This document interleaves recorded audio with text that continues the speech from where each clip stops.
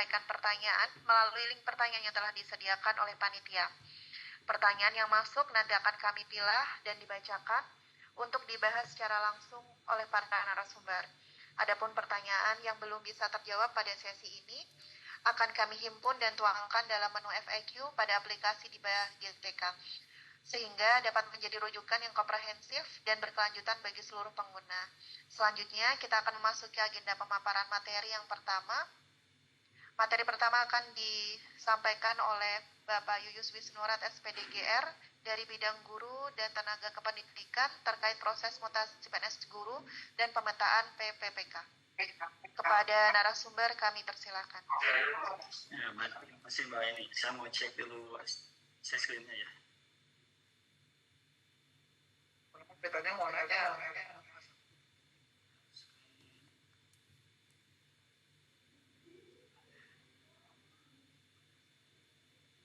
Sudah tampil ya Mbak Eni, bantu di monitor. Sudah Bapak? Baik ya. Bismillahirrahmanirrahim. Assalamualaikum warahmatullahi wabarakatuh. Waalaikumsalam. Waalaikumsalam warahmatullahi wabarakatuh. Baik Bapak Ibu, mudah-mudahan pertemuan ini menjadi informasi yang penting ya buat teman-teman semua. Saya singkat aja, kita akan ambil poin utamanya gitu. Bapak Ibu sekalian, kami dari bidang GTK ini menyampaikan tentang sosialisasi pemetaan atau distribusi guru dan tenaga kependidikan. Namun fokusnya kepada guru dulu ya sekarang Mbak ini ya. Jadi yang tenaga kependidikan mungkin nanti akan dibahas selanjutnya. Nah, Bapak Ibu, distribusi yang dimaksud di sini kita pahami bersama ya bahwa ini adalah distribusi untuk ASN. Jadi hanya distribusi untuk ASN. Siapa saja ASN itu? Pertama adalah PNS, yang kedua P3K. Jadi nanti kalau ada yang Pak non ASN gimana? Boleh nggak dipindahkan dapodihnya? Nah itu nggak masuk ke dalam kajian ini. Jadi di sini kita fokus ke distribusi yang ASN, fokus ke yang PNS dan P3K. Itu saya batasi dulu Pak ini ya, Bapak Ibu sekalian. Nah, Bapak Ibu sekalian, ini supaya nggak simpang siur terkait dengan distribusi yang ini ada di fokus kita di bidang GTK, Bapak Ibu sekalian. Jadi sesuai dengan Pergub 123 tahun 2022, bidang GTK itu punya amanah. Pertama di sisi penyediaan, kedua kesejahteraan, yang ketiganya pengembangan kompetensi dan karir. Nah, penyediaan ini tentu untuk memenuhi ketersediaan tenaga pendidik dan kependidikan di satuan pendidikan atau di sekolah Bapak Ibu sekalian. Nah, kalau kesejahteraan nanti terkait dengan yang PPG, kemudian tamsil yang siapa sebenarnya juga oleh Pak Firda. Kemudian ada pengembangan kompetensi dan karir yang dilakukan oleh Pak Firda. Jadi kita itu sifatnya hanya penyediaan, bukan pengadaan Bapak Ibu sekalian ya. Jadi kalau pengadaan itu fokusnya bukan di bidang GTK, tapi itu ada di OPD lain. Setahu saya sih di BKD gitu ya kalau pengadaan. Jadi yang awalnya nggak ada guru, kemudian dimunculkan jadi ada guru via seleksi P3K ataupun CPNS, itu ada jadi di BKD. Kalau kami sifatnya menyediakan yang sudah ada, kita kelola sehingga semua kebutuhan dunia diharapkan bisa tersedia. Jadi kalau memang untuk yang bertanya tentang kapan ada seleksi CPNS atau P3K, itu bukan isi kami, tetapi kami itu ranahnya menghitungkan angka peta kebutuhannya, mana yang lebih, mana yang kurang, dimanage bagaimana bisa terdistribusi kebutuhannya. Nah itu ada di bidang GTK, di isi penyediaan. Itu poin pertama Bapak Ibu yang kita pahami bersama. Itu ya, ketangkep ya. Jadi 3 tupoksi bidang GTK. Jadi jangan sampai salah arah ketika ditanya tentang keuangan anggaran, kita tidak tahu menahu. Tidak ada di posisi itu ya, bukan tidak tahu menahu. Pengetahuan kita tidak ada di ranah hal tersebut. Tapi di 3 fokus ini aja. Itu poin pertamanya Bapak Ibu sekalian. Yang kedua Bapak Ibu, kenapa perlu didistribusi atau perlu dipetakan? Nih, saya ingin coba tunjukkan dulu Bapak Ibu. Ini ada masalah atau tantangan buat kita semua. Ya termasuk buat Bapak Ibu di satuan pendidikan. Jadi ternyata Bapak Ibu, kesebaran guru itu nggak rata. Ada di sekolah yang kondisinya kurang guru, itu ada Bapak Ibu sekalian. Pada mapa-mapa tertentu ada. Tapi ada juga yang oh Pak di Aldi mah kelebihan, ini kelebihan guru, ada juga yang melaporkan seperti itu. Bahkan yang diam-diam aja juga kami rekam Bapak Ibu, itu yang kondisi ideal, jadi sudah terpenuhi. Nah, dua kondisi ini kurang lebih termasuk yang ketiga ideal itu kami udah rekam berdasarkan data yang Bapak Ibu laporkan melalui aplikasi di GTK yang kemudian kami validasi pada saat tes data GTK dan dikukuhkan dalam bentuk berita acara yang ditandatangani oleh kedua belah pihak, baik kami bidang GTK ataupun dari sekolah, yang itu adalah datanya sudah benar. Jadi kalaupun ada kesalahan input, kita udah buat berita acaranya di situ, ada catatannya gitu. Nah, itu produk hukum yang diterbitkan dalam bentuk data di bidang GTK terkait dengan guru dan tenaga pendidikan. Nah, ini masalah Bapak Ibu. Jadi tidak merata. Harapannya apa ya? Kita bisa ideal gitu Bapak Ibu. Nah, Bapak Ibu, kemudian kenapa tidak merata? Ini ada kurang lebih 6 faktor lah Bapak Ibu yang kami rekam. Yang pertama, moratorium terhadap pengangkatan guru tenaga baru, yaitu amanat Undang-Undang Nomor 20 Tahun 2023, tepatnya di pasal 66. Jadi pemerintah daerah nggak boleh Bapak Ibu untuk mengadakan tenaga baru, masih dilarang selama penataan ASN. Mudah-mudahan kalau udah ditata ASN-nya udah selesai ya, ke depan ya harapannya sih bisa dibukakan kembali. Kenapa mesti dibukakan kembali? Karena poin 2 ini Bapak Ibu, sekarang ini angka pensiun terus bertambah. Sedangkan kami di bidang di distrik nggak ada posisi pengadaan, tapi kita yang bukakan angkanya, ini angka kebutuhannya gitu, dan disetorkan ke BKD, ke Bapeda ataupun ke perencanaan untuk memberikan gambaran peta kebutuhan guru yang harus tersedia. Itu yang ada di tupoksi kami. Jadi dua hal ini yang menyebabkan kenapa jadi muncul ada yang kurang, ada yang lebih ataupun ideal. Nah, yang ketiga Bapak Ibu, perubahan struktur kurikulum. Ini yang membuat jadi berubah-ubah juga gitu, nggak ajek. Kata orang mah datang kok berubah-ubah gitu. Contoh aja Bapak Ibu, tahun lalu di struktur kurikulum di Permen yang 12 itu masih muncul kewirausahaan di SMA, seni budaya itu terpisah. Tetapi di Permen yang baru yang nomor 13 itu struktur kurikulumnya disatukan, seni budaya dan keterampilan dan kewirausahaan. Coba, aduh ini gimana gitu, dijoinkan dua jabatan guru dijadikan satu. Pada akhirnya kan dampaknya harus switching gitu. Kapan diberikan seni budaya di kelas berapa, kapan diberikan kewirausahaan, tidak bisa berbarengan di satu tingkat yang sama. Nah, itu merubah juga ke angka kebutuhan Bapak Ibu sekalian. Jadi ada faktor luar yang mempengaruhi kita gitu. Kemudian yang keempat, perubahan spektrum program kredit di jenjang SMK. Jadi ini mah kasuistik Bapak Ibu. Dulu itu ada program keahlian P3K dengan jabatannya tuh teknik audio video. Itu dulu Pak, angkatan pertama. Sekarang teknik audio video itu sudah menjadi konsentrasi keahlian dan masuk di program keahlian teknik elektronika. Kan jadi nggak ada jabatannya. Nah, ini yang jadi merubah juga gitu peta kebutuhannya, faktornya. Itu faktor yang nggak bisa kita kendalikan gitu. Kelima Bapak Ibu, perubahan hasil PPDB. Ada yang nambah rombel, ada yang berkurang rombelnya. Jadi setiap tahun itu kita selalu berubah-ubah, nggak akan aja gitu. Makanya data peta kebutuhan yang kami lakukan des itu untuk memitigasi itu, perubahannya apa, seberapa signifikan. Kalau Bapak Ibu di sekolah melaporkan sesuai dengan kondisi apa adanya, insya Allah itu akan akurat kita baca. Terakhir Bapak Ibu, yang keenam, pendirian unit sekolah baru. Kan lagi ramai ya sekarang Bapak Ibu sekalian, sekolah baru dibuka, tapi di poin 1 ini moratorium, nggak boleh ada pengadaan tenaga guru baru atau tenaga pegawai baru. Kan susah juga. Akhirnya apa yang terjadi? Ya kita maksimalkan beban kerja guru. Jadi mohon maaf Bapak Ibu sekalian, kalau ada kondisi kenapa jadi 30 JP, kenapa jadi 36 JP. Kondisi ini Bapak Ibu yang kami sulit untuk menyediakannya gitu. Ya pada akhirnya kita geser. Yang harapannya mah kalau kami ini 24 JP Bapak Ibu nih, 24 JP sampai 30 aja. Sekarang kan digeser Bapak Ibu. Aduh, udah deh 36. Kenapa? Karena terdesak dengan moratorium ini. Tapi kalau ini udah dibuka, kita udah dapat tenaga guru yang baru dari pemerintah pusat, ya alhamdulillah kita bisa geser kembali Bapak Ibu ke zona hijau ini, ke zona ideal. Harapannya seperti itu. Jadi mohon dimaklum Bapak Ibu, Wakur, kepala sekolah, jika ada pengambilan guru yang kondisi ideal 24 JP, pada akhirnya direkomendasi untuk dipindahkan saja ke sekolah yang lain. Itu karena memang kondisi yang tidak bisa kita kendalikan atas regulasi dari pemerintah pusat. Itu Bapak Ibu ya, 6 poin yang menjadi penyebabnya.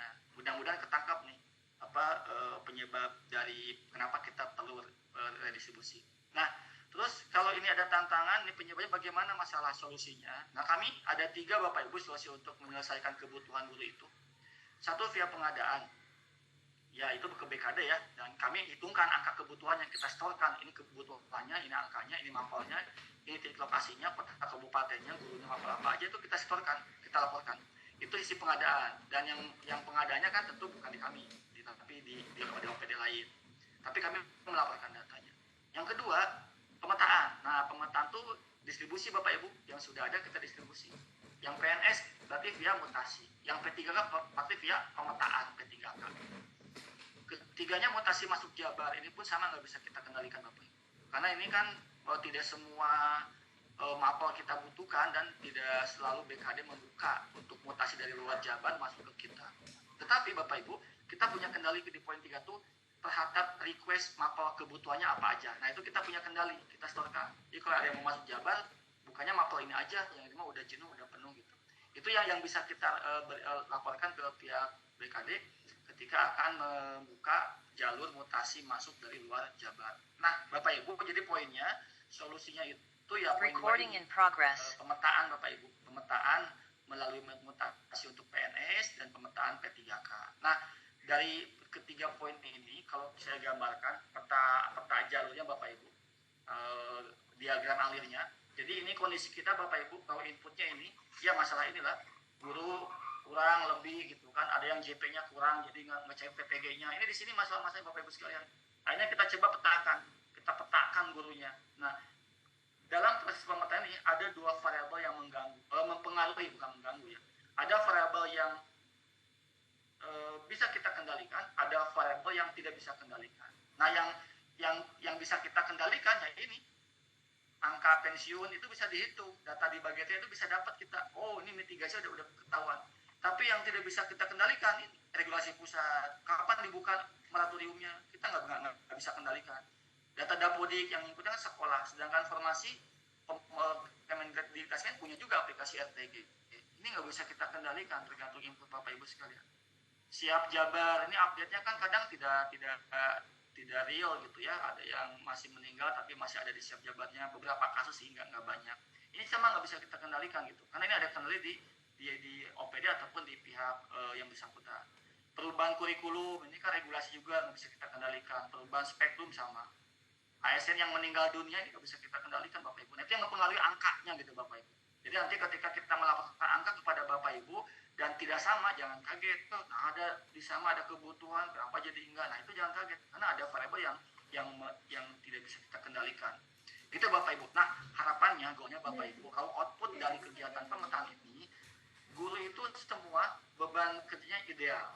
Jadi mencapai angka ideal. Sehingga kalau mencapai angka ideal, otomatis dong penurunan gap kelebihan guru. Jadi kelebihan guru angkanya nurun, sehingga imbas ke pencairan TPG-nya meningkat, kesejahteraannya meningkat.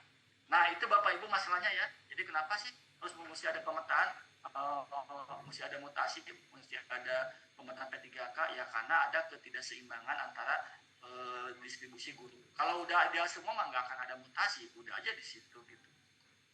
Oke, itu ya.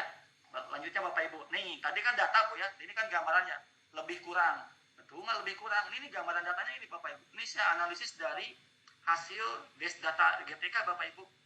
Bapak Ibu bisa perhatikan ini ada yang label merah, hijau, kuning. Kelihatan ya Bapak Ibu ya. Ini label merah itu Bapak Ibu. Jadi kalau ini angka kelebihannya 36, contoh sampel aja. Akuntansi dan keuangan lembaga. Angka kelebihan yang sejabar Bapak Ibu, kita lebih 36 guru. Tapi di sekolah lain ada kekurangan 4. Coba kalau ini dikirimkan distribusi, kan nyisa ya, betul nggak? Nyisa 32 orang nggak bisa dipetakan. Maka yang zona merah ini saya sebut dengan tetap lebih. Jadi kalau dipetakan, itu tetap kelebihan guru yang ini mah gitu. Nah, ini dampak dari regulasi pusat terkait dengan harus meluluskan P3K yang P1 yang waktu tahun 2025 Bapak Ibu ya, masih ingat ya, Nah, beberapa peta jabatannya nggak kita butuhkan, tapi pusat mendorong ini harus diselesaikan, diterima semua. Ya ini dampaknya gitu. Pancasila overload, PJOK overload, matematika overload, pemasaran. Maka 7 mapel ini itu kami tidak rekomendasikan kepada BKD ketika ada yang mau mutasi masuk. Nah, itu kaitannya gitu dengan mitigasi yang tadi. Nah, yang kedua Bapak Ibu, data kita menunjukkan ini ada yang angka yang warna hijau Bapak Ibu ya. Hijau ini sempurna. Jadi kalaupun didistribusikan, nih contoh animasi, kelebihannya 2. Kekurangannya 2. Ya udah, tinggal kirim aja gitu, selesai. Jadi bisa terpenuhi. Broadcasting, kelebihannya 1, kurangnya 1, ya udah tinggal kirim aja ke SMK yang itu. Gitu. Ini secara angka, secara data. Tapi di luar itu kan nggak tahu Bapak Ibu, aduh lebih teuing cenah. Aduh, kayak itu mah ya susah kalau menggunakan kondisi yang nanti di luar diregulasi ya nanti nggak akan pernah ada kondisi ideal. Tapi kalau kita mantap, bisa ASN, siap melaksanakan tugas, distribusi selesai Bapak Ibu. Ini akan diselesaikan. Nah, yang kuning-kuning ini Bapak Ibu, kalau didistribusikan itu tetap menyisakan kekurangan. Nah, angka itulah yang kami kejar Bapak Ibu supaya nanti kelebihannya itu jadi 0 sehingga menjadi angka real yang nanti bisa diusulkan ke BKD untuk pengadaan jabatan-jabatan mapelnya apa saja. Nah, ini Bapak Ibu nih, silakan di capture aja Bapak Ibu buat gambaran itu Mas. Tapi data ini bisa berubah ya, karena tergantung dari setiap bulan perubahan yang pensiun dan lain sebagainya. Nah, terakhir Bapak Ibu, tadi kan merah nih tetap lebih, hijau sempurna, yang kuning tetap kekurangan. Tapi ada yang paling parah Bapak Ibu, kekurangan kelebihannya 0. Kelebihannya 0, coba bayangkan. Ini bisa nggak didistribusikan? Yang nggak bisa Bapak Ibu. Nah, itu yang menjadi masalah kenapa gitu ketika ada yang mengusulkan mutasi ditolak terus. Ya kondisinya tuh nggak ada kelebihannya gitu. Jadi melibak Bapak Ibu berputar di kekurangan itu gitu. Contoh yang paling ekstrim BK tuh kita kurang 1.500 guru Bapak Ibu. Jadi kalau ada guru BK usulin mutasi gitu, ya di situ aja melibak gitu, berputar di zona sekolah yang masih kekurangan gitu. Nah, ini kami sedang susun SOP-nya bagaimana menata ini supaya nanti pemetaannya tuh sesuai dengan amanat Kepbu. Jadi mendistribusikan rata bebannya. Kami sedang susun itu Bapak Ibu. Nanti jangan kaget ketika nanti Bapak Ibu ngusulin mutasi, ternyata mapelnya ada di sini, tiba-tiba nabut biasa direkomendasikan padahal kurang gitu. Nah, itu di balik kami ada SOP, ada analisis lagi gitu, yang pada akhirnya dia bisa melaksanakan tugas di sana. Gitu Bapak Ibu ya. Tapi kalau secara normatif, ya kalau nggak ada kelebihan atau nggak bisa dipetakan gitu. Tapi ya itu normatif seperti itu Bapak Ibu. Ini kondisi data. Nih kesimpulannya Bapak Ibu, ada 7 mapel yang dipetakan kelebihan. Ada 5 mapel kalau dipetakan itu ideal. Dan sisanya ada 35 mapel kalau dipetakan itu tetap kurang. Berapa jumlah gurunya? 653 orang. Begitu Bapak Ibu. Nah, tapi kalau di gunung-gunung Bapak Ibu dikumpulkan nih, dari kelebihan yang ini semua dikumpulkan, angka kelebihan kita tuh 1.383. Kekurangannya 122. Nah, ini ingin dinolkan, dipindahin ke sini. Aduh, alhamdulillah sih. Jadi dapat data yang real, bersih. Ini yang perlu kita butuhkan untuk pengadaan. Nah, ini perlu kerjasama Bapak Ibu untuk bisa melakukan itu. Jadi kami di bidang GTK hanya membantu mensupport saja terkait dengan perpindahannya. Tapi Bapak Ibu yang punya peran terhadap melaporkan kondisi-kondisi ini. Gitu ya Bapak Ibu ya. Ini kondisi realnya nih. Data ini Bapak Ibu di note ya. Data ini data des GTK yang kami ambil setelah rotasi mutasi guru menjadi kepala sekolah. Rotasi promosi dan rotasi kepala sekolah. Jadi ada guru yang jadi kepala sekolah, tapi jadi berdampak Bapak Ibu. Iya. Jadi nambah gitu. Kekurangannya. Kepala sekolah jadi guru, guru jadi kepala sekolah. Berkurang lagi gurunya. Ini teh asalnya 1.499 guru BK satu jadi kepala sekolah. Aduh, udah jadi nambah kurangnya gitu. Itu dampak juga Bapak Ibu sekalian. Belum yang pengawas kemarin, itu dampak juga yang pengawas belum kita hitungkan. Sebarannya. Gitu Bapak Ibu ceritanya ya tentang data. Mudah-mudahan nyantol nih informasinya. Oke, lanjutkan ya. Nah, Pak, Bu, saya analisis Pak, betul nggak sih air mutasi dengan relokasi itu berdampak terhadap penurunan? Nah, ini ini Bapak Ibu abaikanlah ini mah ya. Ini mah agenda itu agenda pemetaannya gitu ya.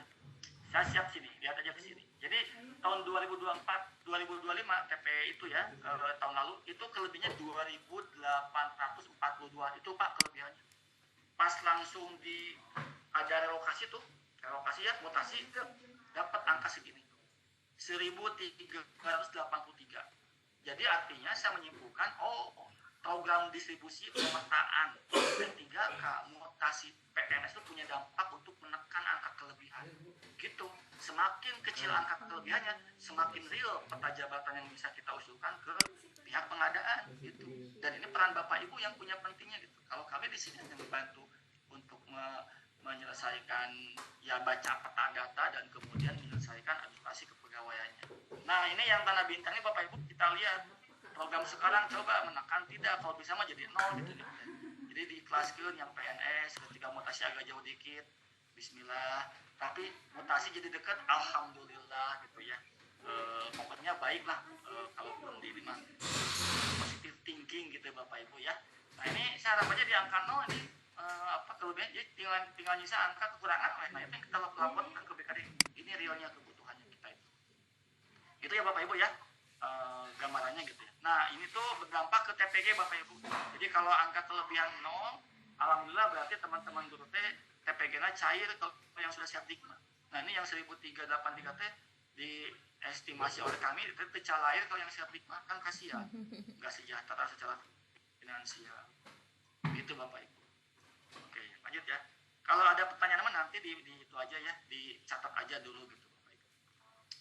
Next Bapak Ibu. Nah, belum Bapak. Pak Bu, ini gambaran lini masa Bapak Ibu. Lini masa program pemetaannya.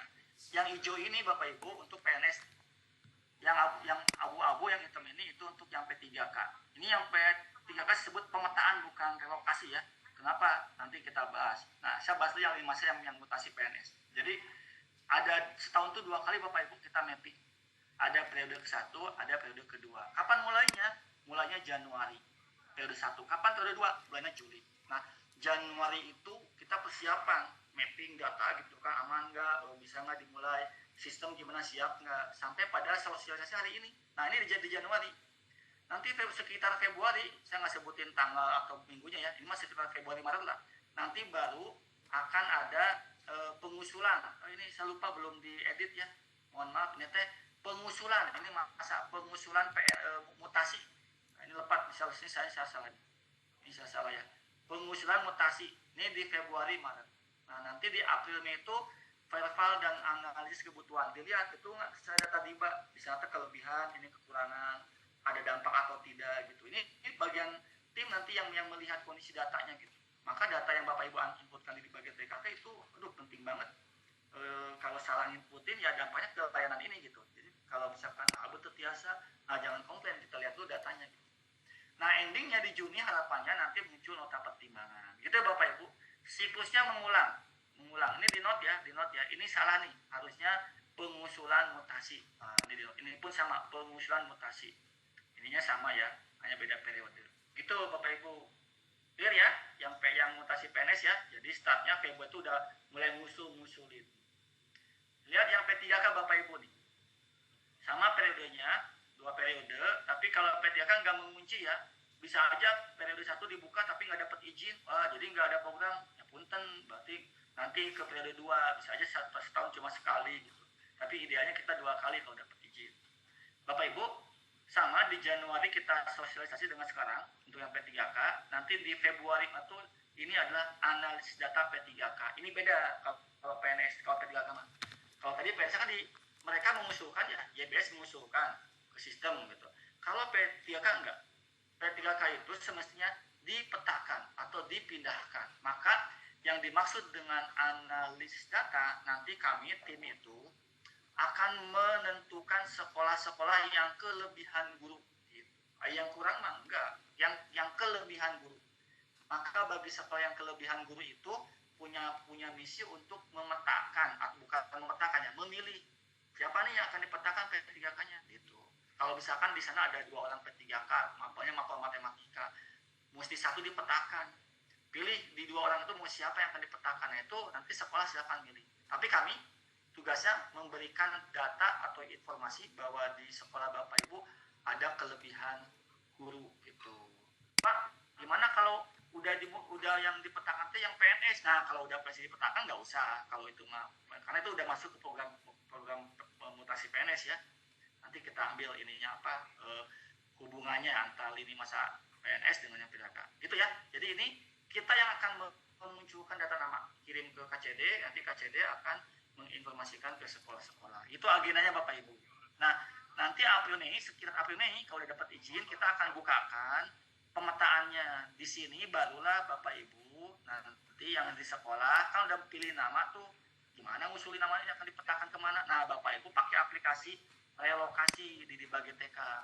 Masukin namanya, si A ini rekomnya, ini kelengkapannya. Masukin di situ gitu. Jadi hanya sekolah-sekolah yang memang kelebihan gitu, Bapak Ibu sekalian.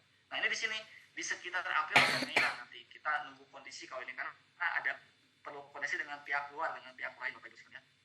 Nah, Juni itu harapannya muncul nota pertimbangan SPMT. Jadi muncul nota pertimbangan SPMT ke kepegawaian, kemudian nanti ke BKD, ke timnya siap jabat dan lain sebagainya. Itu di bulan Juni lah. Sehingga pas pelaksanaan Juli itu udah siap untuk melaksanakan tugas di tahun ajaran baru. Nah, kalau melihat ini Bapak Ibu, ada perbedaan ya? Betul nggak ada perbedaan? Ada loh. Ini memang kan ngusulin ya. P3K di sini nggak bisa ngusulin. Tapi kapan P3K bisa melaporkan namanya? Setelah selesai pengusulan yang PNS. Gitu. Betul nggak?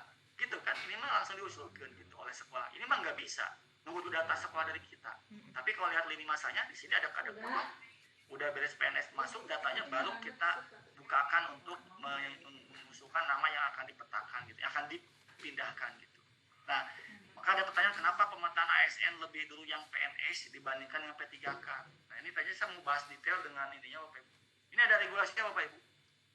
Jadi Bapak Ibu, yang pertama terkait dengan PNS, ASN itu ada di Undang-Undang Nomor 20 tahun 2023. Bapak Ibu ingat, ya saya juga mengingatkan diri pribadi bahwa ada tiga fungsi ASN. Tepatnya di pasal 10 Bapak Ibu. Poin pertama menyebutkan bahwa fungsi ASN itu adalah sebagai pelaksana kebijakan publik. Pegang dulu itu, mau PNS, mau P3K, pegang dulu itu fungsi kita. Yang kedua, tugas kita adalah sebagai pelayan publik. Itu amanat undang-undang itu sebagai ASN. Baik PNS atau P3K. Yang ketiga, nomor 1, bangsa. Nah, 3 poin ini Bapak Ibu. Sehingga kalau merujuk ke poin yang ke-1, pelaksana kebijakan publik, di mana produk-produknya itu adalah bisa surat perintah, bisa keputusan gubernur, atau surat edaran, atau dari kementerian, atau Kepbuk, atau Permen, PP, itu mesti kita taati gitu. Nah, sedangkan P3K itu sendiri diatur dalam PP 49 tahun 2018 yang spesifik membahas tentang manajemen P3K. Kemudian bagi yang sekarang yang paruh waktu itu spesifik ada di Permen Pan RB nomor 16, maka fungsi dari P3K itu sebetulnya adalah untuk melengkapi atau menutupi kekosongan jabatan PNS di satu unit organisasi. Gitu. Jadi PNS-nya di sana kosong atau enggak gitu. Kalau kosong maka diisi oleh P3K. Nah, dari dasar itulah maka Bapak Ibu, PNS itu kita petakan dulu sampai dia mengisi bolong-bolongnya di sekolah itu. Kalau di sekolah masih bolong, barulah nanti P3K yang menutupi. Itu bukan kata saya, itu amanat undang-undang Bapak Ibu sekalian. Jadi kalau misalkan kamu gitu, ini dicek undang-undang gitu. Kalau mau komplain berarti rubah dulu undang-undangnya gitu Bapak Ibu sekalian. Kalau nggak mau nanti jangan jadi ASN pokok-pokok gitu mah. Ini mah hanya bicara Bapak Ibu sekalian. Tapi kembali ya, semua prinsipnya kita sebagai ASN, PNS ataupun P3K, semua layanan kita mengacu pada regulasi dan atau perundang-undangan. Itu Bapak Ibu yang menjadi poinnya. Nah Bapak Ibu, jadi kesimpulannya Mbak ini dan teman-teman sekalian, pemetaan ASN, PNS ataupun P3K, kita selalu merujuk pada berdasarkan atas penyelesaian masalah distribusi guru. Ini ada yang kelebihan nih, kena dialihkan gitu. Kenapa? Supaya angka kelebihan turun atau minimalnya atau idealnya kosong gitu. Dan yang kekurangan ini itu bisa terpenuhi dengan teman-teman guru yang tadi dipindahkan itu, yang baik PNS ataupun P3K. analisis pemetaan sesuai dengan ketentuan perundangan yang tadi saya sampaikan Bapak Ibu. Jadi kami nggak bisa lepas dari itu yang jadi pegangan kami. Jadi kalau ada ketidaksesuaian dengan perasaan pribadi, nah itu berarti komplainnya ke regulasinya Bapak Ibu. Itu. Yang ketiga, usulan pemetaan baik P3K ataupun PNS nanti melalui aplikasi di BageTK yang disiapkan. Secara teknis nanti ada di sesi 3 lah akan disampaikan oleh narasumber yang lainnya. Nah itu Bapak Ibu kesimpulannya poinnya. Jadi nanti kalau ada pertanyaan dicatat aja dulu, nanti dikumpulkan, nanti kita bahas sesuai dengan arahan dari pembawa acara. Kalau di saya itu aja sih. Terima kasih. Assalamualaikum warahmatullahi wabarakatuh. Saya kembalikan kepada Mbak Aini. Baik, terima kasih Bapak Yuyus untuk materi dan juga paparan yang telah diberikan. Hadirin yang saya hormati, selanjutnya kita akan memasuki pemaparan materi berikutnya. Materi kedua akan disampaikan terkait masalah kepegawaian pada layanan mutasi PNS yang akan disampaikan oleh Bapak Mahmud Al-Azhar ST dari Subbagian Umum dan Kepegawaian. Kepada narasumber kami persilakan.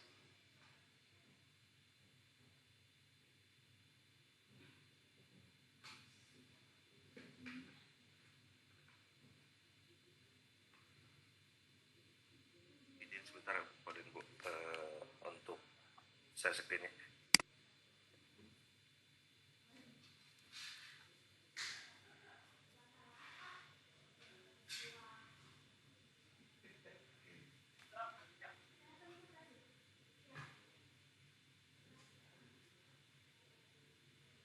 Assalamualaikum warahmatullahi wabarakatuh.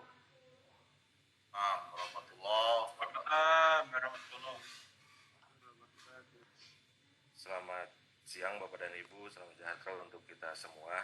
Izin Bapak dan Ibu, kami dari tim kepegawaian akan memberikan informasi terkait dengan alur proses mutasi bagi guru dan tenaga pendidikan.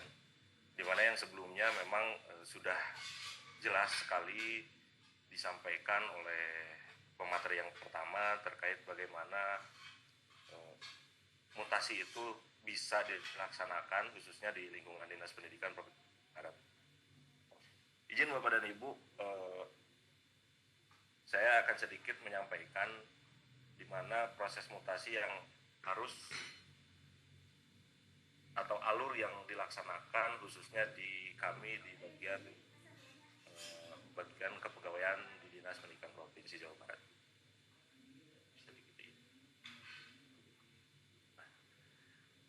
Terkait dengan dasar hukum tadi sudah jelas disampaikan oleh pemateri yang pertama bahwa dasar hukum terkait mutasi itu ada di Undang-Undang Nomor 20 Tahun 2023 yaitu terkait dengan tentang ASN, kemudian Peraturan Pemerintah Nomor 11 Tahun 2017 tentang manajemen pegawai negeri sipil, kemudian Peraturan BKN Nomor 5 Tahun 2019 yaitu tentang tata cara pelaksanaan mutasi, dan yang terbaru yaitu Permenpan RB nomor 6 tahun 2024 tentang pengadaan pegawai aparatur sipil negara. Di mana di poin yang keempat ini Bapak dan Ibu di sini tertera bahwa pegawai negeri sipil atau khususnya PNS itu boleh melakukan mutasi setelah 10 tahun mengabdi di instansinya penempatan. Jadi Bapak dan Ibu mohon diperhatikan bahwa di aturan Permenpan RB nomor 16 tahun 2024 ini bahwa PNS itu boleh melakukan mutasi setelah pengabdian selama 10 tahun di instansinya. Artinya instansi itu merupakan induk atau tempat di mana Bapak dan Ibu bekerja. Kalau kita itu instansinya itu berarti Pemprov Jabar. Dan yang terakhir juga di sana disampaikan bahwa ada fleksibilitas mutasi untuk P3K. Tadi sudah disampaikan bahwa P3K itu bukan mutasi tapi dilakukan proses pemetaan, artinya di mana P3K itu merupakan pengisian atau memenuhi kebutuhan apabila PNS-nya sudah atau belum terpenuhi. Itu dasar hukum yang mengatur terkait dengan mutasi mutasi ASN. Nah, di sini Bapak dan Ibu minimal mengetahui bagaimana perbedaan antara mutasi dan rotasi. Nah, bagi PNS khususnya, karena kalau untuk P3K tadi sudah disampaikan bahwa P3K itu hanya melengkapi untuk kebutuhan pengadaan atau kebutuhan organisasi.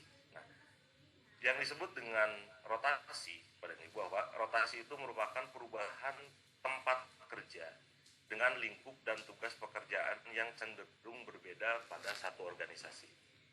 Artinya bahwa rotasi ini dilakukan dalam satu organisasi, misalkan dari distrik itu dari sekolah A ke sekolah B, itu merupakan rotasi. Nah, kemudian untuk mutasi merupakan perubahan posisi atau jabatan atau tempat kerja atau pekerjaan yang dilakukan baik secara horizontal maupun vertikal, baik itu promosi atau demosi di dalam suatu organisasi.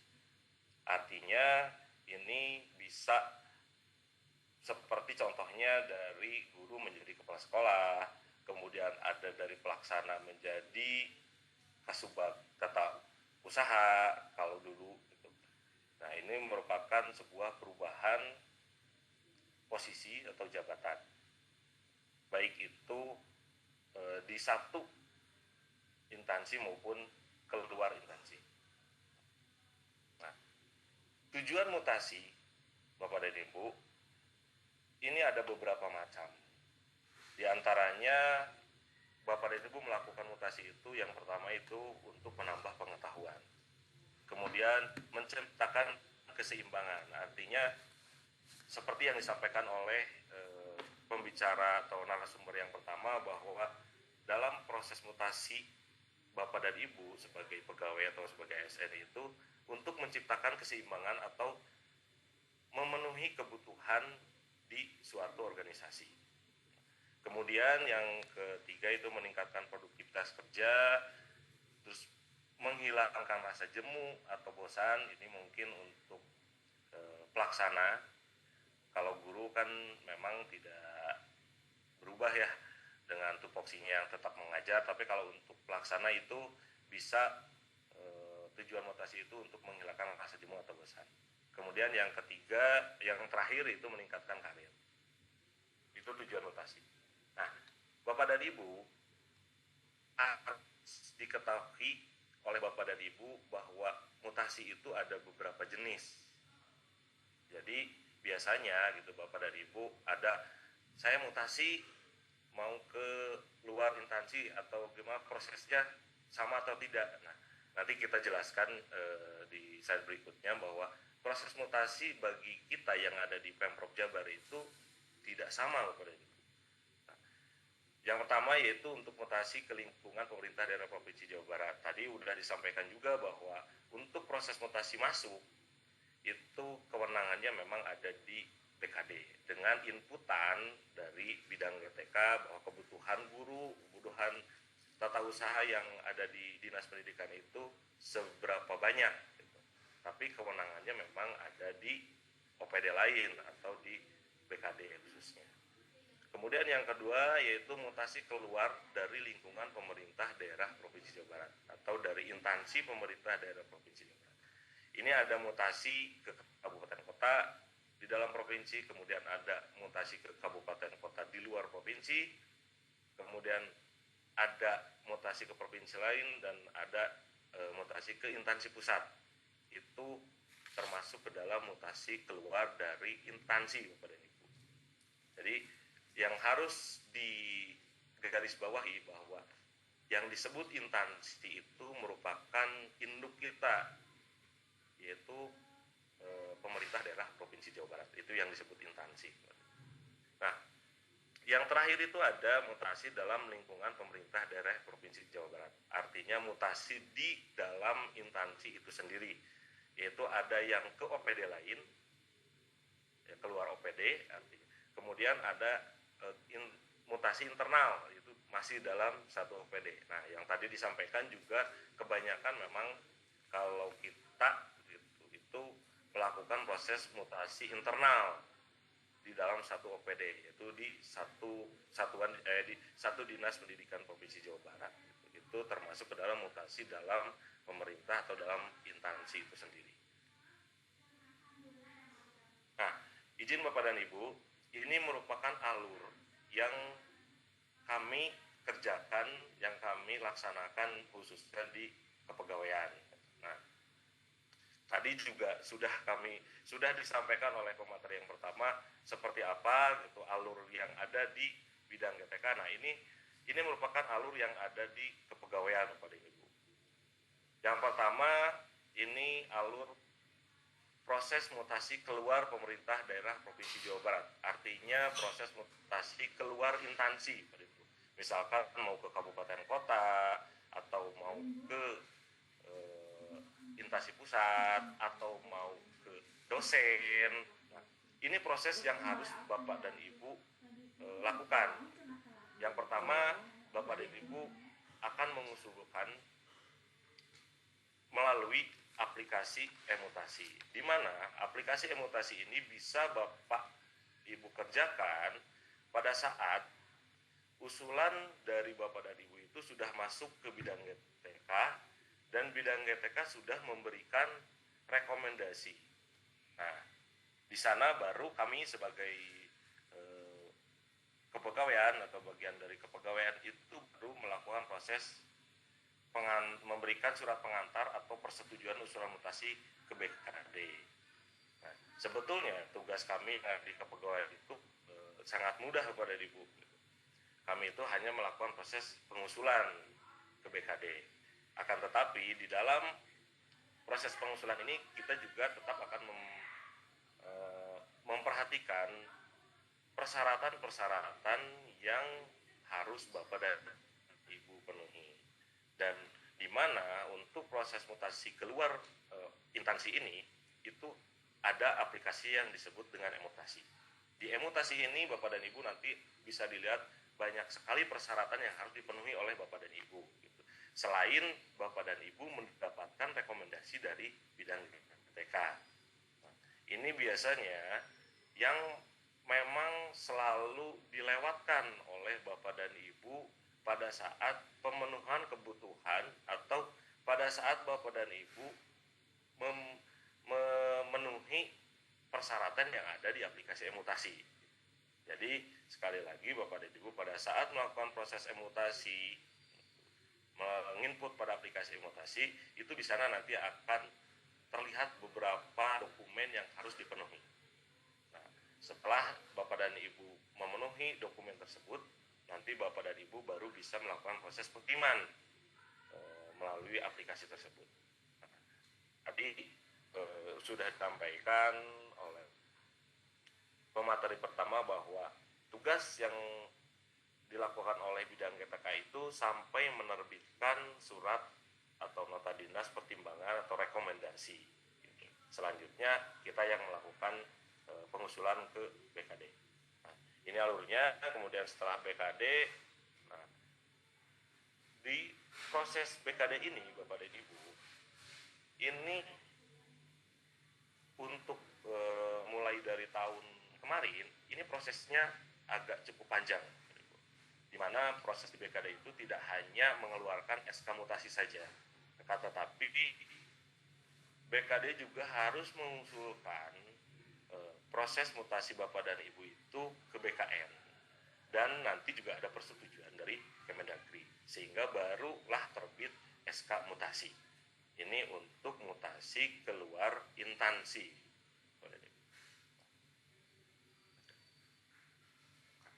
Kemudian yang kedua yaitu alur proses mutasi dalam pemerintah daerah Provinsi Jawa Barat atau OPD lain. Ini tidak jauh beda Bapak Ibu dengan proses mutasi yang pertama. Semuanya melalui aplikasi e-mutasi, kemudian setelah selesai baru kita melakukan proses pembuatan surat pengantar atau persetujuan ke BKD.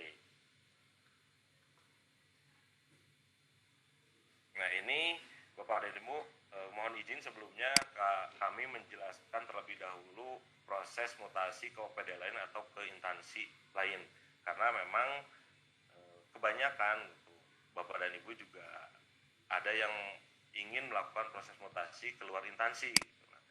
Bapak dan Ibu, saat ini proses pengusulan mutasi keluar instansi itu bisa diakses melalui aplikasinya Smart Jabar atau JSA. Nah, Bapak dan Ibu nanti tinggal login ke aplikasi JSA sesuai dengan NIP dan password atau akunnya Bapak dan Ibu. Kemudian nanti di dalamnya akan tampil seperti ini Bapak dan Ibu. Nah, di sini Bapak dan Ibu silakan untuk memilih mutasi, dan sekali lagi Bapak dan Ibu, ini khusus untuk mutasi keluar instansi atau ke OPD lain. Jadi dua alur mutasi yang harus Bapak dan Ibu garis bawahi, bahwa yang menggunakan aplikasi mutasi itu hanya bagi pegawai yang ingin melakukan proses mutasi keluar instansi atau ke OPD lain. Nanti Bapak dan Ibu setelah masuk itu bisa memilih mutasi, aplikasi mutasi yang ada di dalam JSA. Kemudian setelah Bapak dan Ibu memilih aplikasi yang ada di dalam JSA atau mutasi, itu nanti ada menu di sebelah kanannya, yaitu ada proses pengajuan. Ini untuk proses pengajuan ini, proses pengajuan keluar OPD, tapi masih dalam satu instansi. Jadi keluar OPD yang ada di Jawa Barat. Kemudian ada menu yang kedua, itu keluar Pemprov. Ini artinya mutasi keluar instansi. Itu contohnya ke kementerian atau ke kabupaten kota, itu memilihnya untuk keluar Pemprov. Nah, Bapak dan Ibu, apabila Bapak dan Ibu sudah memilih, baik itu memilih pengajuan atau memilih keluar Pemprov, ini Bapak dan Ibu nanti tinggal menambah pengajuan. Tambah pengajuan, Bapak dan Ibu tinggal memilih OPD lain atau instansi lain. Kemudian ada beberapa yang harus diisi, tujuannya kemana. Setelah itu, setelah ini bisa disimpan Bapak dan Ibu, nanti ada persyaratan-persyaratan yang ada di dalam tujuannya. Ada contohnya, nanti ada surat bebas temuan, kemudian surat tidak sedang dalam proses hukuman disiplin, dan lain-lain. Itu nanti ada di dalam persyaratan pada saat Bapak dan Ibu setelah melakukan proses pengusulan atau pengajuan.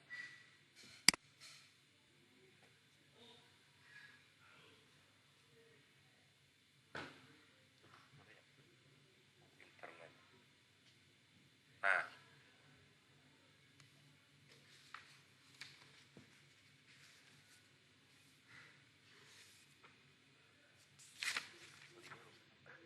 izin Bapak dan Ibu sebentar.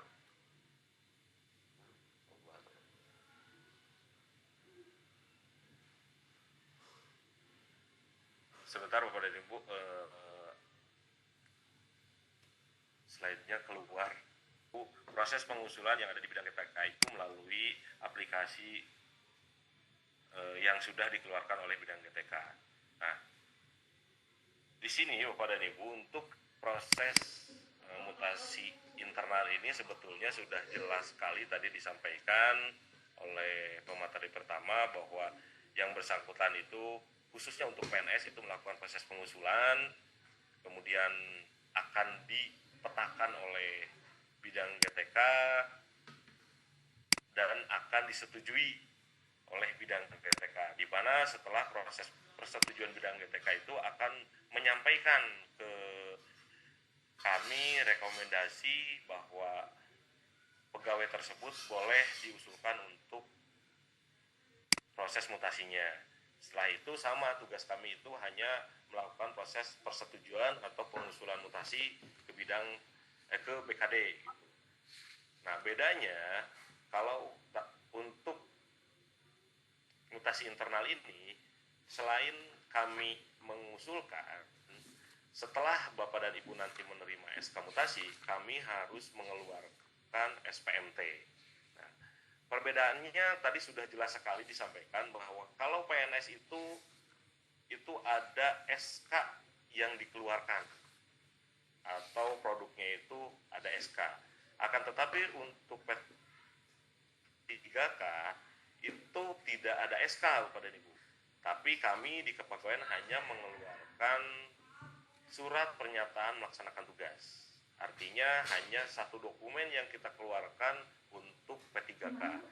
Kemarin banyak sekali yang menanyakan, Pak, kenapa kalau yang P3K mau udah pada terbit SPMT-nya, sementara kami yang PNS yang melakukan proses mutasi internal sampai sekarang belum terbit. Nah, perbedaannya di sini Bapak dan Ibu, bahwa yang PNS itu ada alur yang harus dilakukan oleh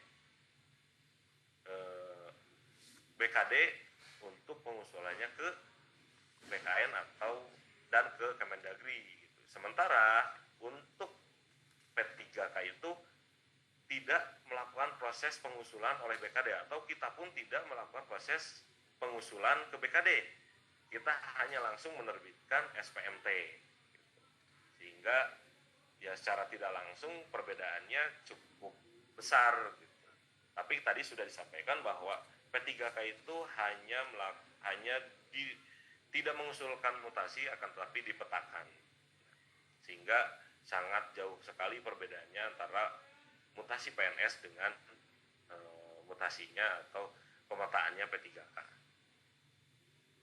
Nah, itu Bapak dan Ibu sedikit informasi yang disampaikan bahwa proses mutasi untuk ASN itu ada beberapa perbedaan, khususnya dari proses mutasinya PNS dan proses mutasinya atau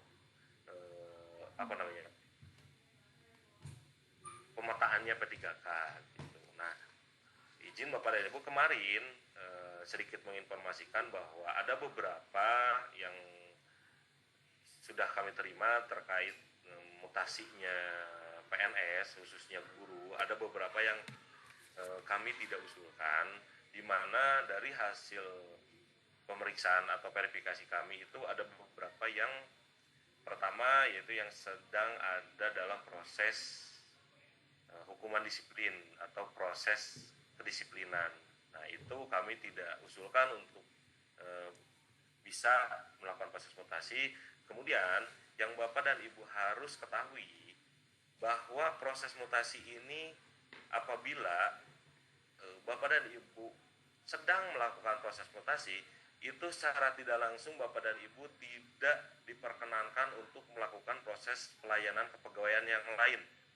Contohnya, apabila Bapak dan Ibu sedang melakukan proses mutasi, itu Bapak dan Ibu tidak boleh mengikuti proses kenaikan pangkat maupun proses yang lainnya gitu. Karena pada saat ini proses mutasi pun sama, yaitu melalui atau harus mendapatkan izin dari BKN.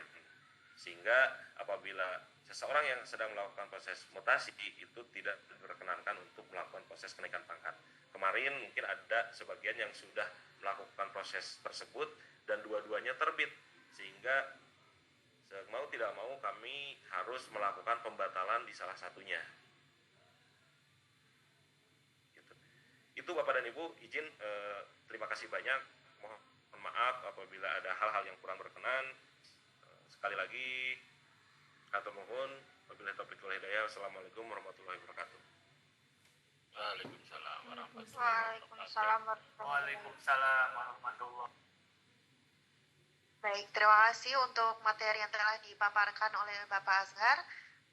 Hadirin yang kami hormati, selanjutnya kita akan memasuki pemaparan materi berikutnya. Materi ketiga terkait mekanisme penggunaan aplikasi Diba GTK yang akan disampaikan oleh tim Diba GTK.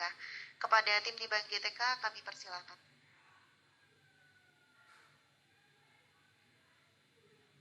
Apakah suaranya terdengar? Baik. Aman kah? Oh ya, saya screen.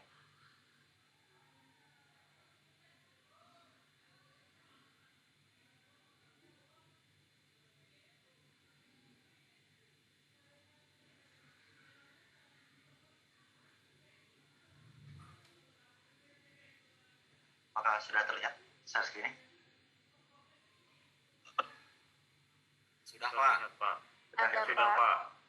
Sudah. Siap. Assalamualaikum warahmatullahi wabarakatuh.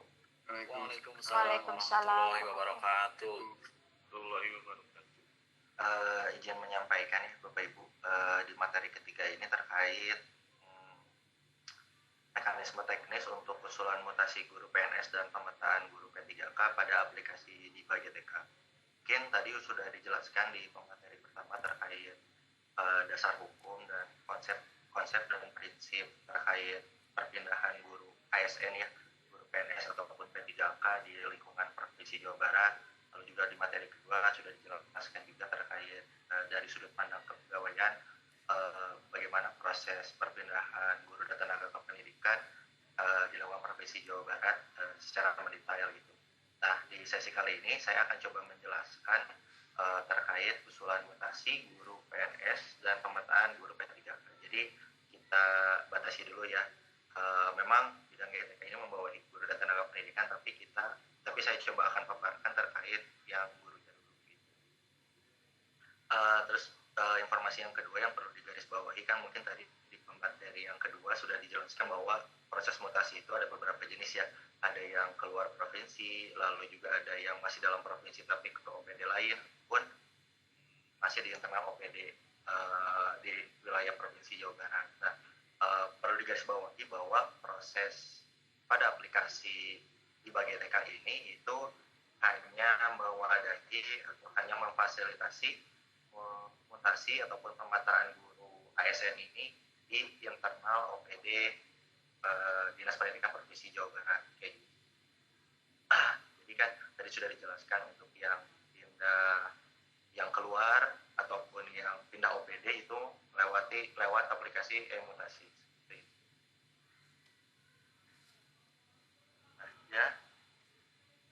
Nah, untuk alur SOP mutasi guru PNS ini itu kita ada 3 user atau 3 stakeholder ya. Di sini ada sekolah, ada cabang dinas, ada bidang GTK. Nah, untuk si usul sendiri itu tidak diusulkan oleh masing-masing pegawai, tapi diwakilkan oleh sekolah. Jadi jika ada 1 atau lebih dari 2 guru yang ingin mengusulkan di sekolah yang sama, itu bisa diwakilkan oleh si operator sekolahnya melalui aplikasi di BGTK. Terus setelah itu, setelah pengusulan, melengkapi berkasnya, persyaratannya, lalu disubmit, nanti kami dari bidang GTK akan melakukan verifikasi dan validasi usulan berkasnya. Lalu kalau misalnya berkasnya ada perbaikan akan kita kembalikan untuk diperbaiki. Jika misalnya berkasnya sudah sesuai, nanti masuk ke tahap selanjutnya untuk diverifikasi dan validasi terkait analisis kebutuhan dari sekolah asal dan sekolah tujuan untuk usulan mutasi guru PNS ini. Nah, jika dikatakan sesuai terkait analisis kebutuhannya, maka dari bidang GTK ini akan menerbitkan nota pertimbangan yang selanjutnya juga sudah mungkin dijelaskan oleh pemateri yang kedua bahwa ada peran stakeholder lain dari sebuah kepegawaian dan dinas pendidikannya lalu masuk ke BKD dan nanti ke BKE. Nah, selain itu juga ada user dari cabang dinas. Cabang dinas ini itu concernnya hanya melihat data usulan saja, tidak bisa tidak punya aksi apa-apa gitu. Jadi cabang dinas ini mengetahui bahwa ada usulan dari sekolah di KCD-nya berada untuk mengkonfirmasi apakah memang benar ada usulan ataupun tidak. Nah, ini dibutuhkan untuk menerbitkan surat rekomendasi dari cabang dinas dalam proses validasi apakah misalnya memang benar ataupun tidak. Itu mungkin dari peran cabang dinasnya. Lalu selanjutnya, nah ini ada beberapa dokumen untuk usulan SOP mutasi guru PNS. Ada 10 dokumen yang perlu diupload dan wajib diupload pada aplikasi di BGTK. Yang pertama itu ada SK terakhir, SK jabatan terakhir, dan SKT ya. Ini bisa dibaca. Dan ada pun beberapa dokumen yang memang perlu dibuat oleh sang pengusul gitu ya. Dimana template-nya sudah tersedia di aplikasi, nanti bisa di-download oleh Bapak Ibu yang ingin mengusulkan mutasi, lalu nanti dibuat si dokumennya, lalu nanti diupload. Adapun syarat-syarat khusus yang mungkin menjadi pertimbangan pengusul dari guru PNS ini yang dimana ada 3 poin, dimana minimal 2 tahun ya, ini harusnya 2 tahun di jabatan saat ini, lalu SKP-nya minimal baik dan tidak sedang hukis seperti itu. Proses hukis ataupun tidak tidak dalam hukis. Dan ini pun dibantu oleh tim dari kepegawaian. Lalu selanjutnya, nah ini periode dari pengusulan SOP mutasi guru PNS ya. Jadi ada 2 periode, mungkin tadi sudah dijelaskan juga oleh pemateri pertama bahwa ada 2 periode yang kita bagi berdasarkan semester aktif. Mana ada periode semester genap itu periode 1, di mana periode semester ganjil itu periode 2. Mana untuk masing-masing periodenya itu polanya sama.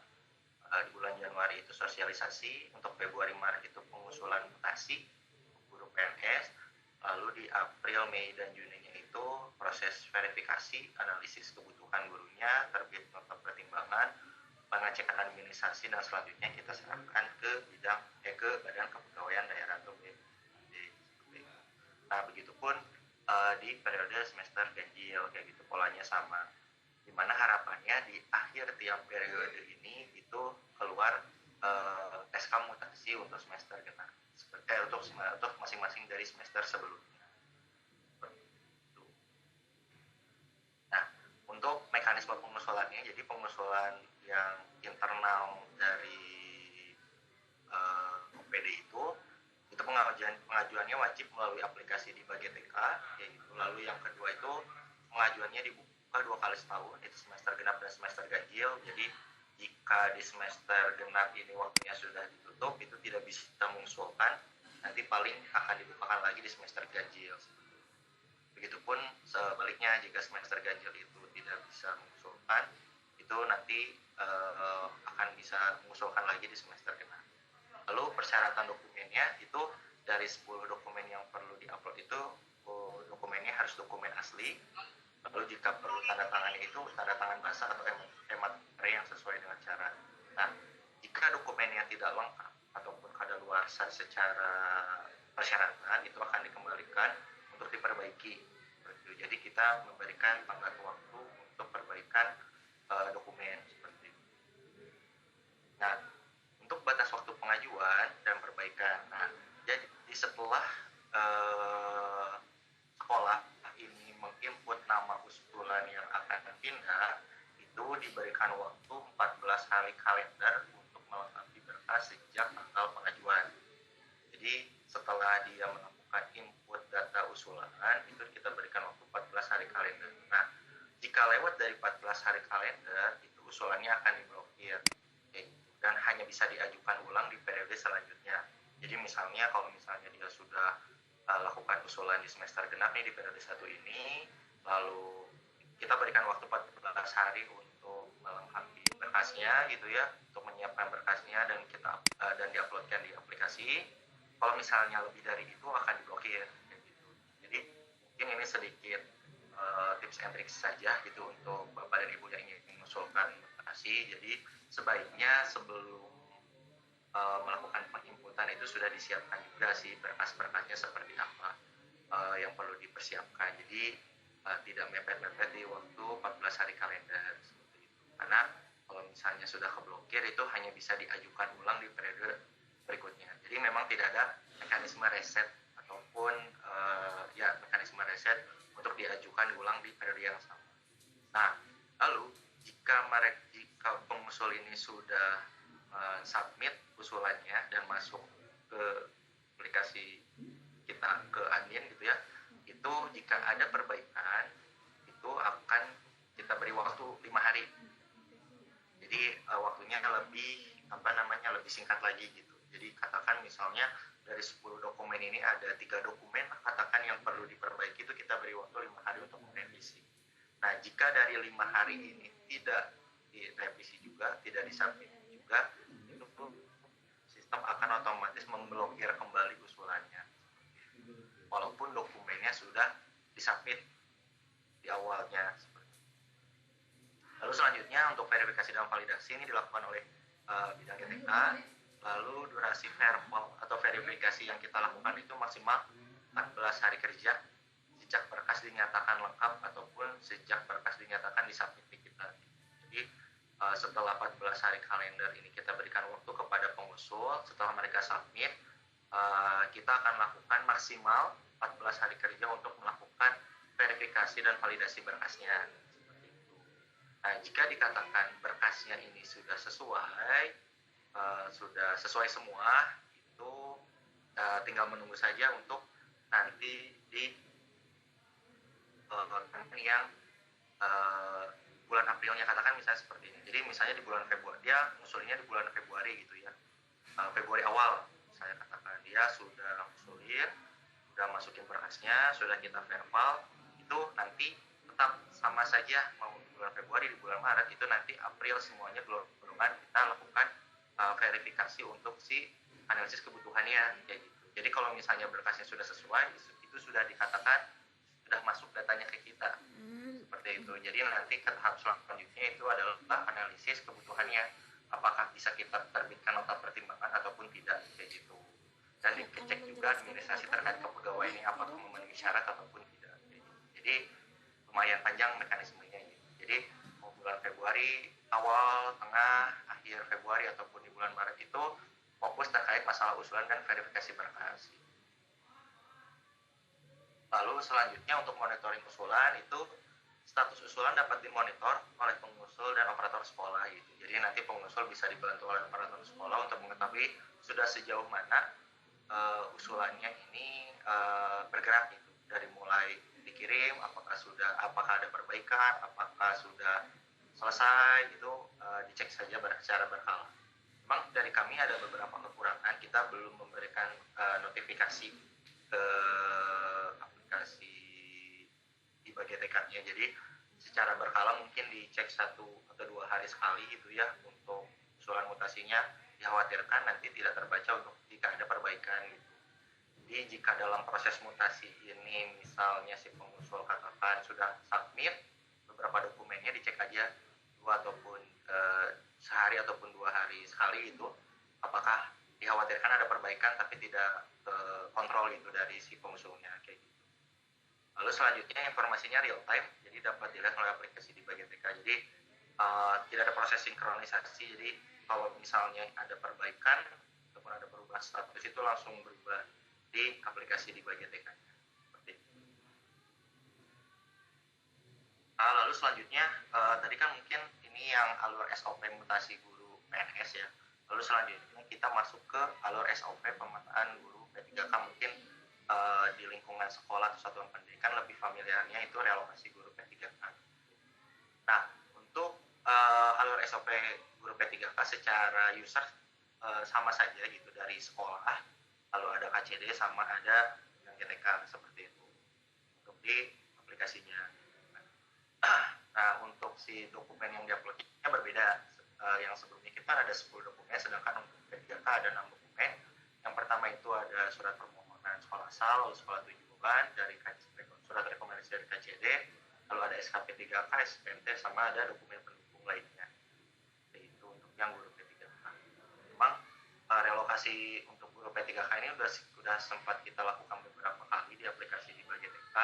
Memang kalau misalnya kita lihat dari pola sebelumnya kan 1 tahun sekali ya, biasanya di semester ganjil di periode 2. Jadi tadi mungkin informasi dari pemateri pertama dari Pak Yuyus bahwa kemungkinan mungkin ada perubahan skema di tahun ini. Kemungkinan kita rencanakan itu sama dengan mutasi bahwa periodenya 2 kali. Tapi ya tadi mungkin secara alur ada sedikit perbedaan bahwa diprioritaskan dulu yang PNS baru yang P3K seperti itu, sesuai dengan dasar hukum yang berlaku. Lalu untuk SOP-nya sama sih, mirip-mirip. Pengajuan wajib dilakukan lewat aplikasi di bagian TK. Pengajuan dibuka 2 kali setahun. Ini masih memang dalam rencana ya. Nanti bisa saja 2 kali ataupun misalnya sekali dalam setahun. Lalu persyaratan dokumennya itu sama, dokumennya harus asli, harus bertanda tangan basah ataupun materai sesuai dengan syarat. Lalu untuk verbalnya itu dilakukan oleh bidang guru dan tenaga pendidikan. Lalu status usulannya juga dapat dimonitor, jadi bisa dilihat apakah si dokumennya ini sesuai ataupun tidak. Nah, perbedaan yang paling signifikan pengajuan untuk yang mutasi guru PNS dan yang pemetaan guru P3K dalam mekanisme sistemnya itu, jika guru PNS itu kita berikan keleluasan untuk melakukan perbaikan berkas. Nah, sedangkan untuk yang guru P3K ini, untuk yang pemetaan atau relokasi guru P3K ini tidak kita berikan keleluasan untuk perbaikan berkas. Nah, mungkin harapannya ke depannya kita coba untuk lakukan mekanisme yang sama seperti mutasi guru PNS. Jadi ada proses perbaikan berkas seperti itu. Tapi kalau misalnya kita lihat dari pola kemarin, jadi pengusul ini tidak diberikan keleluasan untuk melakukan perbaikan berkas jika memang dokumen yang diuploadnya atau yang dikirimnya itu tidak sesuai. Seperti itu. Lalu selanjutnya ya seperti biasa, status usulan dapat dimonitor oleh pengusul ataupun operator sekolah, dan informasi yang didapatkan di aplikasi itu real time dan dapat dilihat di bagian berarti. Nah, ini mungkin ya tadi ya periodenya sama seperti yang tadi dijelaskan oleh Kak Yus di materi pertama, bahwa di bulan Januari ini kita sosialisasi, lalu di bulan Februari Maret ini ada data P3K, April Mei ini ada pemetaan data P3K, dan di bulan Julinya ada pengusulan untuk rekomendasi SPT seperti itu. Ya, itu sih mungkin untuk paparan terkait mekanisme atau SOP usulan mutasi guru PNS dan pemetaan. Nah, untuk teknisnya sendiri sih sebenarnya akan kita tempelkan di aplikasi, jadi nanti bisa di-download juga ya. Sedikit aja ya, nanti saya coba paparkan secara teknisnya seperti apa. Ini untuk yang mutasi. Yang mutasi itu ya, yang pertama pasti login dulu dari sekolahnya. Kalau misalnya sudah login, nanti masuk ke mutasi guru PNS di sebelah kiri. Nanti di situ ada tombol tambah pegawai. Nanti setelah tombol tambah pegawai, masukkan NIP-nya. Nah, di sini kita udah melakukan validasi jika pegawai tersebut itu P3K tidak akan valid. Jika pegawai itu PNS di sekolah lain juga tidak akan valid. Jadi memang hanya PNS di sekolah tersebut yang bisa diinputkan seperti itu. Dan jika kepala sekolah pun tidak akan valid seperti itu. Nah, jika misalnya sudah klik tombol cek, nanti keluar nama pegawainya, pastikan benar. Kalau misalnya sudah benar, pilih mata pelajaran yang diampunya dan sekolah tujuan yang akan dipilihnya, yang akan dimutasikannya. Kalau sudah, klik simpan. Nah, jika sudah, statusnya akan berubah menjadi perlengkapan berkas. Nah, untuk melakukan perlengkapan berkas itu bisa klik tombol yang oranye. Nah, tapi jika misalnya ada perubahan di sekolah tujuannya, itu bisa lakukan klik tombol yang warna biru untuk tombol edit ini. Kayak gitu. Jika misalnya awalnya saya mau pindah ke sekolah A, pindah ke sekolah B, jadi ke sekolah A gitu bisa diedit. Dalam jangka waktu 14 hari waktu kalender. Nah, jika sudah, ini ada beberapa dokumen yang perlu diupload, nanti tinggal upload saja sesuai dengan keterangan yang sesuainya. Ini ada 10 dokumen totalnya. Nanti kalau misalnya sudah dan dipastikan benar, nanti akan ada tombol warna hijau untuk melakukan proses submit. Nah, jika misalnya datanya sudah disubmit dan dipastikan berkasnya sudah sesuai semua, gitu ya, sudah dikonfirmasi semua sudah sesuai, dan dalam waktu rentang 14 hari kerja, itu data akan langsung dikirim ke kita. Itu usulan, status pun akan berubah, jadi usulan dikirim ke Dinas Pendidikan, dan jika Dinas Pendidikan sudah melakukan verifikasi berkas, statusnya akan berubah menjadi verifikasi dan validasi berkas oleh Dinas Pendidikan. Nah, jika misalnya ada perbaikan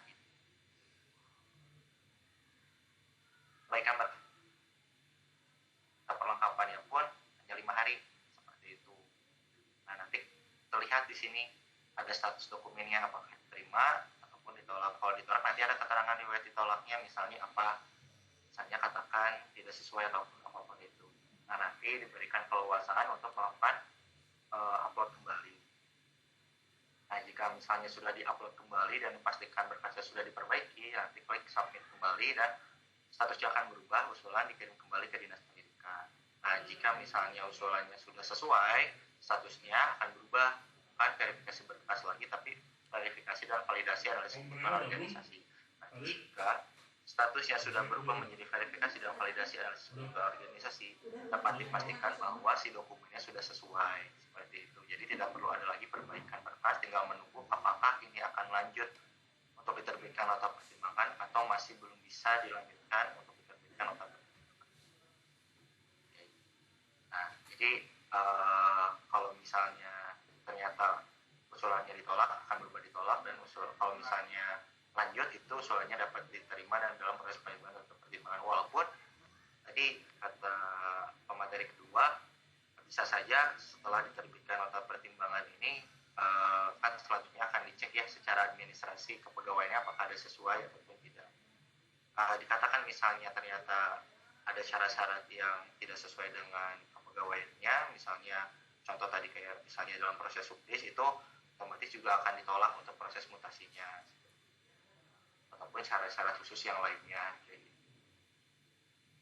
Nah, itu untuk yang mutasi. Ini juga untuk panduannya akan kita tempel juga di aplikasi. Jadi nanti Bapak dan Ibu yang ingin mengusulkan mutasi itu bisa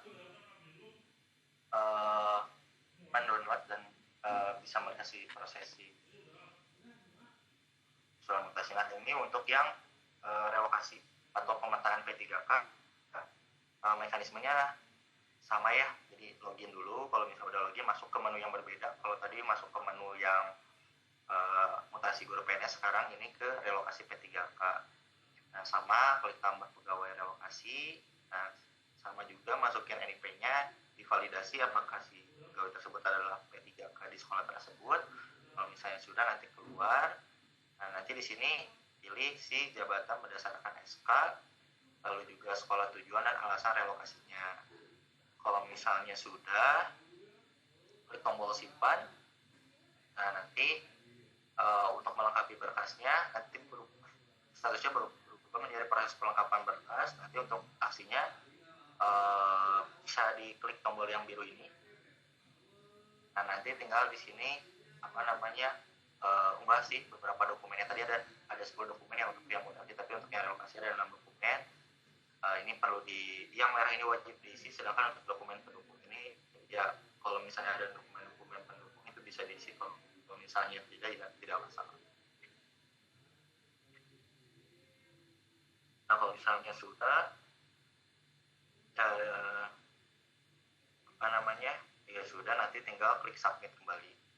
Nah, memang tadi yang saya jelaskan bahwa untuk si relokasi ini tidak ada mekanisme untuk perbaikan berkas. Jadi jika berkas sudah dikirim akan kita lakukan verbal. Jadi jika dokumennya tidak sesuai itu udah langsung tidak bisa masuk ke tahap selanjutnya seperti itu. Tapi nanti kita akan coba si mekanismenya akan kita sesuaikan dengan yang mutasi. Jadi nanti untuk yang pemetaan P3K ini juga akan kita berikan keleluasaan untuk melakukan perbaikan berkas.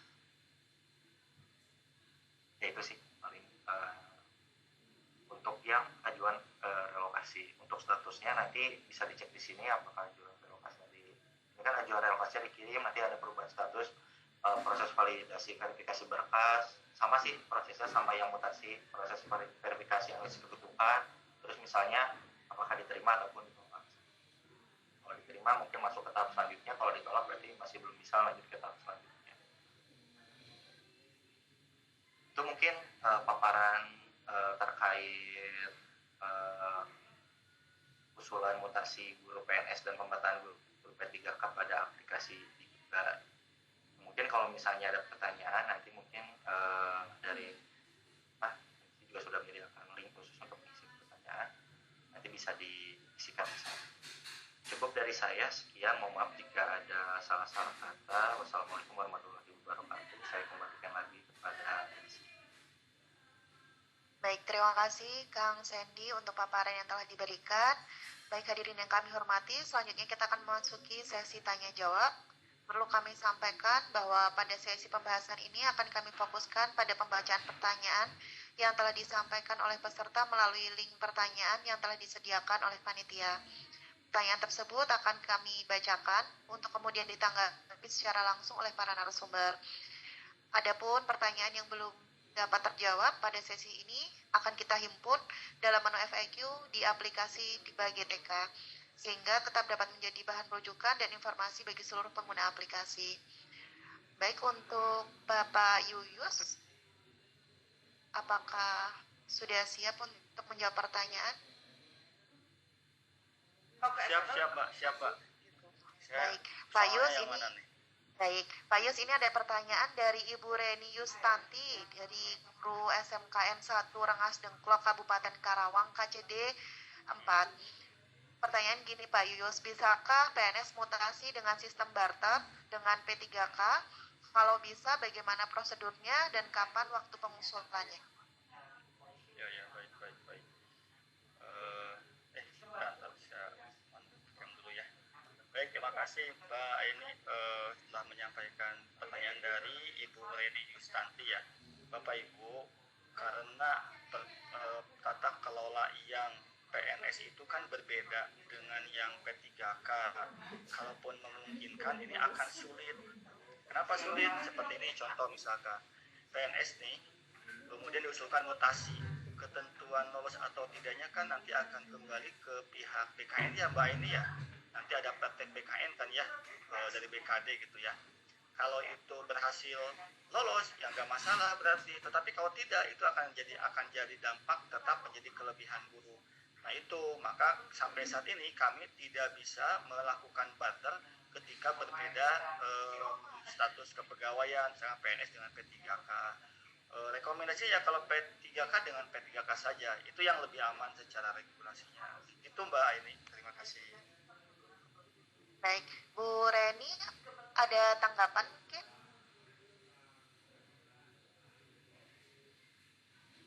Baik, kita lanjutkan untuk pertanyaan kedua. Terima kasih Bapak Yus untuk informasi yang telah diberikan.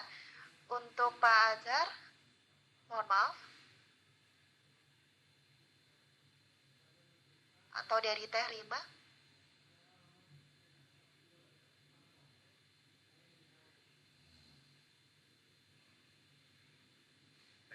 Izin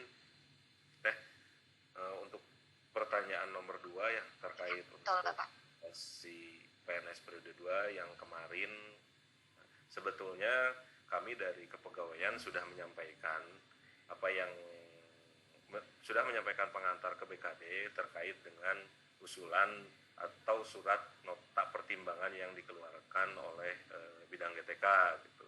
Di bulan Desember kami sudah usulkan ke BKD. Nah, itu tadi Bapak dan Ibu terkait dengan proses mutasi PNS ini kan alurnya cukup panjang, khususnya dari BKD itu harus ke BKN, kemudian ada persetujuan yang keluar dari kementerian.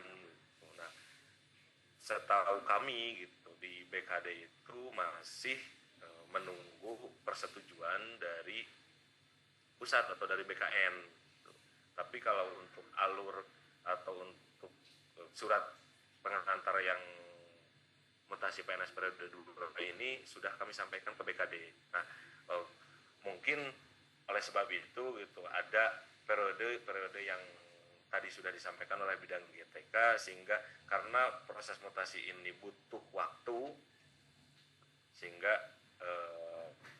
yang sebelumnya gitu proses mutasi ini kita tidak berperiode, makanya untuk kedepannya kita melakukan proses melalui periode, sehingga untuk usulan ke BKD-nya pun bisa membutuhkan waktu yang panjang. Itu bisa pada saat nanti SK-nya keluar itu sesuai dengan waktu, khususnya untuk guru itu sesuai dengan jam atau bukan jam, sesuai dengan tahun ajaran yang memang harus di tahun ajaran barunya gitu. Jadi untuk pertanyaan nomor 2, sekali lagi bahwa proses penyampaian surat pengantar itu sudah kami sampaikan ke BKD di bulan Desember. Itu mungkin Bu. Tapi kalau untuk SK kami tidak bisa memastikan kapan keluarnya, karena yaitu tadi proses dari BKD-nya itu kan tidak hanya mengeluarkan SK, tapi ada beberapa tahapan yang harus diselesaikan oleh BKD. Terima kasih Pak Azan untuk informasi yang diberikan.